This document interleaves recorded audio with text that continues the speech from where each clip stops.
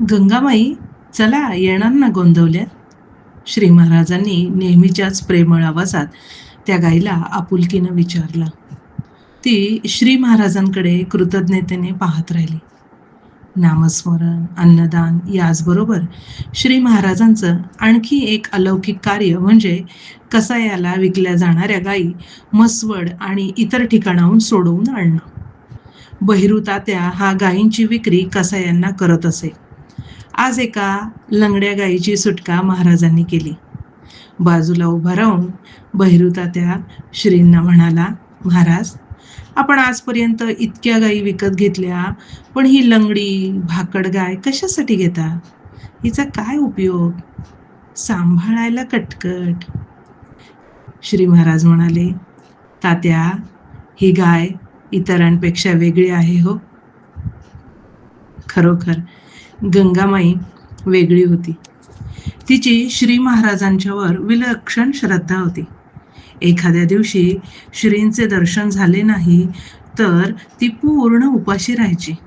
मग कोणीतरी महाराजांना सांगायचं, महाराज, गंगामाई काही खात नाही. तेव्हा महाराज गोठ्यात जाऊन गंगामाईशी बोलत, प्रेमानं पाठीवरून हात फिरवत. त्यांचं दर्शन झाले की लगेचच बरी व्हायची. श्रींची एक प्रेमळ मुखी भक्त होती गंगामाई. हळूहळू श्री महाराजांचं तेजस्वी दर्शन, नामावरील प्रेम, प्रेमळपणानं बोलणं ऐकून, हे सारं ऐकून बहिरू तात्या बदलून गेला होता. एकदा मंदिरात श्रींना येऊन त्यानं श्रद्धापूर्वक नमस्कार केला आणि सांगितलं, महाराज, यापुढं कसायाला गाई विकणं पूर्णपणे बंद. थोडी शेती करून मी पोट भरेन. त्याला पूर्ण पश्चाताप झाला होता. त्यांना विचारलं, महाराज, मी आजपर्यंत इतकी पापं केली आहेत, आता प्रायश्चित्त कसे घेऊ? मला कोण जवळ करेल हो?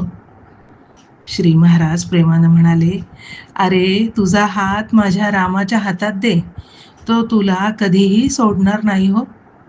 तो तुझ्या सर्व चुकांची जबाबदारी घेईन. बहिरू तात्या श्रींच्या चरणांकडे पाहू लागला. त्याच्या डोळ्यात अश्रू दाटून आले होते. श्रींनी त्याला अनुग्रह दिला. खरं तर अनुग्रह म्हणजे महाराजांच्याकडून श्रीराम जय राम जय जय राम मंत्राची दीक्षा घेणं होय. अनुग्रह घ्यायचा नसतो, मिळायचा असतो.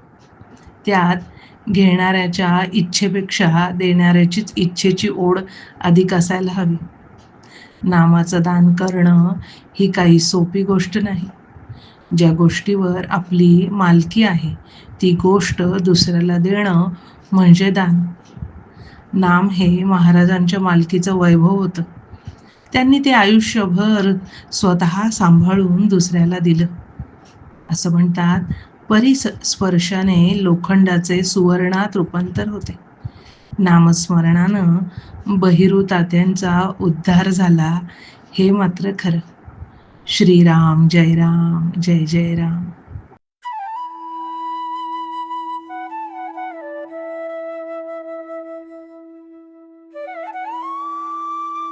अध्यात्मावर अशीच माहिती मिळवण्यासाठी देव माझा चॅनलला सबस्क्राईब करा